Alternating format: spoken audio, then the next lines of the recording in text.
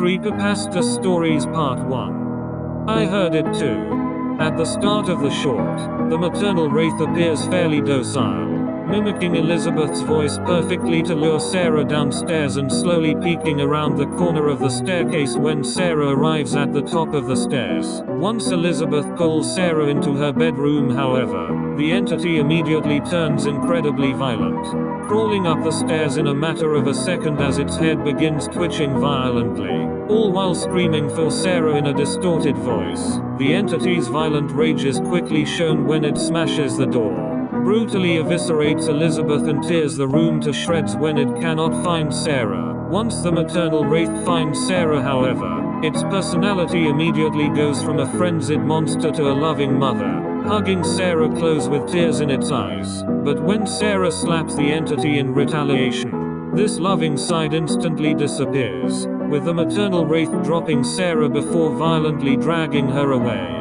The short begins with a retelling of the original story, a narrator describing how a girl, Sarah, who was on her computer, heard her mother calling to her from the stairs, only for her mother, Elizabeth, to pull her aside into a bedroom and state that she heard it too. This is when the animated short expands upon the story in a truly terrifying way, as the source of the voice is revealed to be a twitching, eldritch entity continually screaming out for Sarah in an ominous echo. And Sarah can only watch in horror as Elizabeth tries to block the door using her body, failing, then hiding her in a closet and pushing a shelf towards the door to block it, while grabbing the phone to dial 911. The door is almost shattering and we can see multiple human-like fingers poking through the door. She almost calls it, only for the monster to violently tear into the room and brutally kill Elizabeth by stabbing and gutting her with its long hands, all while it screams for Sarah non-stop. Sarah watches in more terror as the maternal wraith tears the room up in a rage before resuming its pursuit, heading out into the halls,